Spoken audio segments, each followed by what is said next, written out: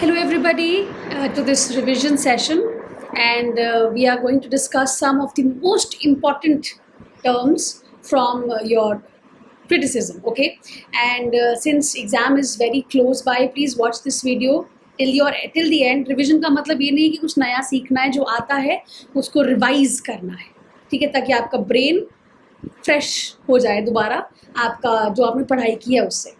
First is my message. अपने mind में सोचते रहो किसका टर्म है.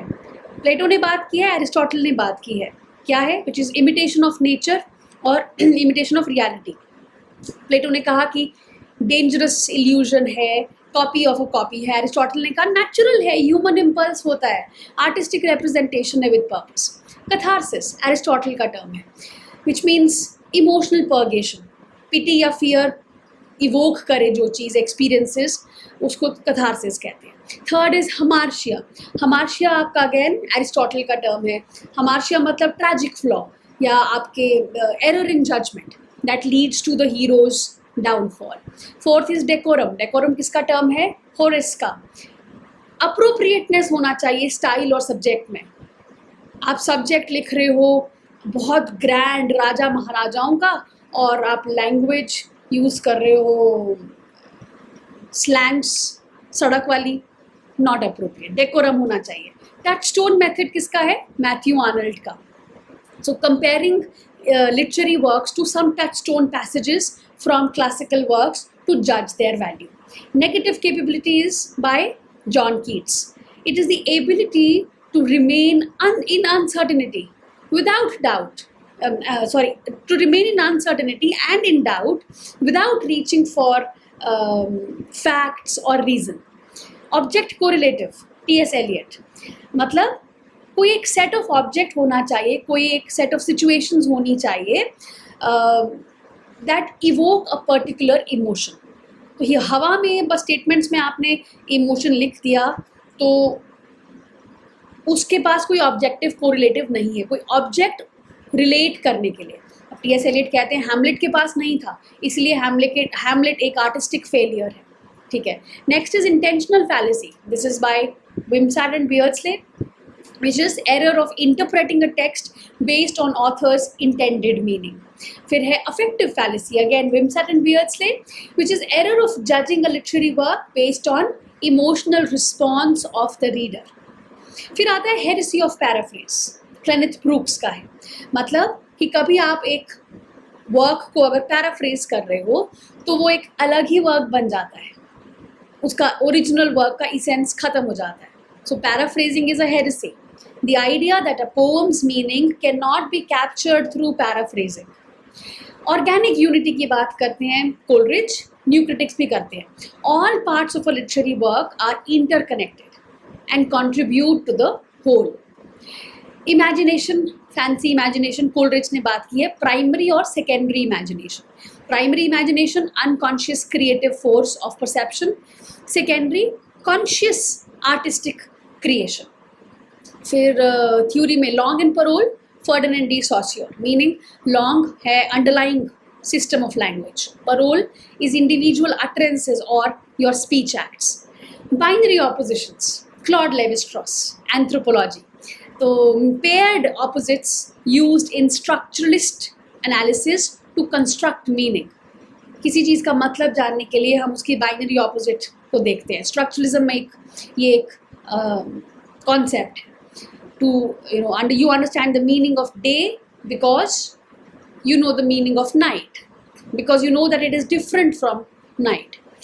Next is mytheme, Levi-Strauss again. So basic unit of myth, like phoneme in language, वैसे ही mytheme is the basic unit of myth. Difference, Jacques Derrida. Meaning is always deferred.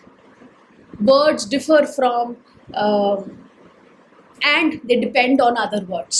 ठीक है. तो मीनिंग हमेशा ही डेफर हो जाता है, कभी भी सिग्निफाइड तक आप पहुंचते नहीं हो. सिग्निफायर्स ही सिग्निफायर्स मिलते रहते हैं. कैट क्या है? एनिमल. एनिमल क्या होता है? चार टांगे. चार टांगे क्या होती हैं? 4 is a number, legs is this. Signifiers, no signified. So difference. Deconstruction, Derrida and some others were a part of deconstruction as a movement. Meaning is always there. Deconstruction is the critical reading that exposes contradictions within a text. तो एक text में जब आप contradictions निकाल के बाहर रख दो तो मतलब आप destabilize कर रहे हो मीनिंग को, उस टेक्स्ट को deconstruct कर रहे हो, ठीक है। जितनी भी contradictions हैं उनको बाहर निकाल के आपने ऐसे तोड़ देना है टेक्स्ट को। Intertextuality, Julia Kristeva, every text is or talks about other texts. It's mosaic of quotations from other texts. It refers to other texts, intertextuality. Death of the author, Roland Barthes. So author का intention and biography are irrelevant. Focus on the reader's interpretation. So reader response criticism यहाँ से आ जाता है. Horizon of expectations, Hans Robert Jauss. The set of cultural norms and assumptions a reader brings to a text is horizon of expectations. आप एक reader हो, आप अपने साथ एक सेट ऑफ कल्चरल बैकग्राउंड लेके आओगे, एक कल्चरल अजम्पशंस लेके आओगे, वो आपके होराइजन ऑफ एक्सपेक्टेशंस।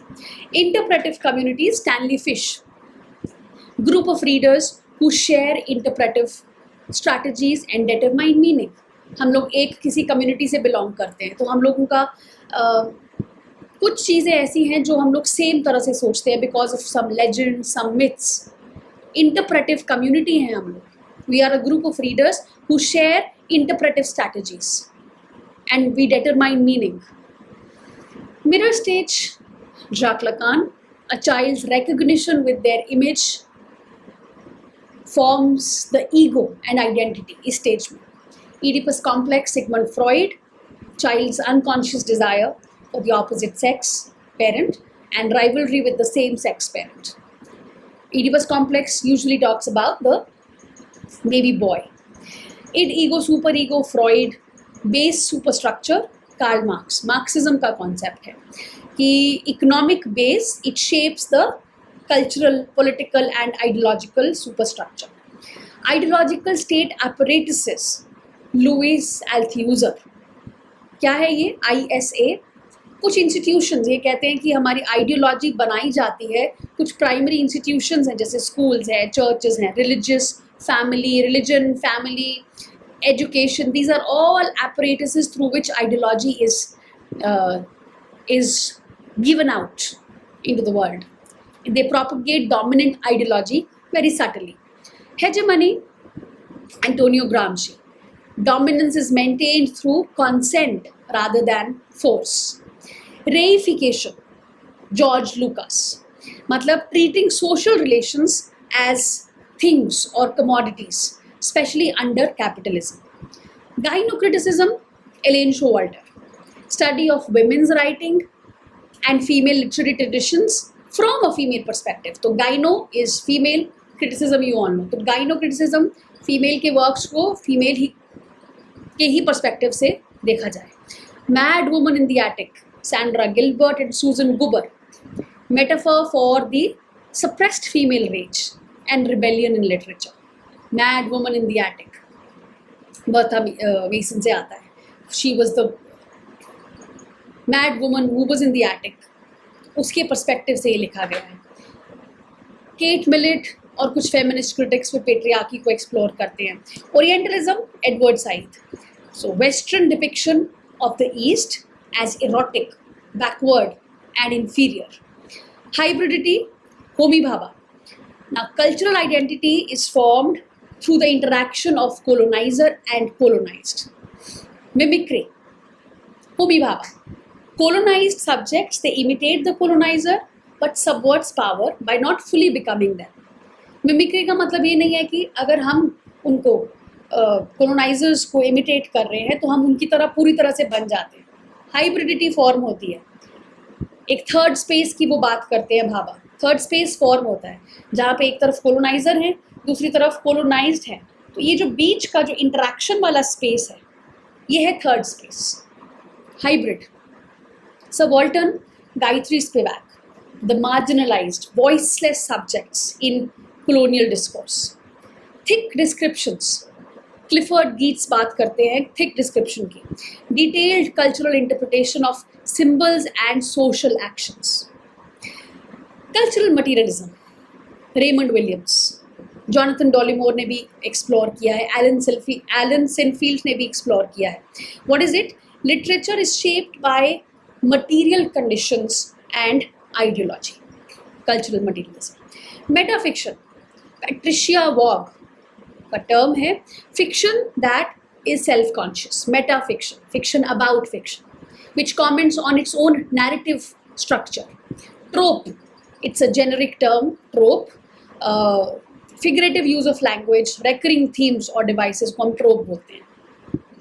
Canon को popularize किया था Harold Bloom ने अपने work के through, Western canon. So it's a body of work which is considered most important or most worthy of study. ठीक है. 40 टर्म्स इस सेशन में हमने रिवाइज की हैं. तो इनको दोबारा, अगर कोई ऐसी टर्म है जो आपको नहीं पता उसके बारे में प्लीज़ पढ़ लो. डेट्स सबकी देख लो, सारे जो क्रिटिक्स और थ्योरिस्ट्स की हमने बात की उनकी डेट्स ज़रूर देख लेना. ठीक है. MCQs में अब हमने फुल सिलेबस पे टेस्ट शुरू कर दिए till your exam. If you want to join us you can join us. It's only going to cost you 300 rupees till your exam. In that you will also be able to access the previously done MCQs जो हमने unit wise किए थे. ठीक है. All the best and see you in the next one. Thank you.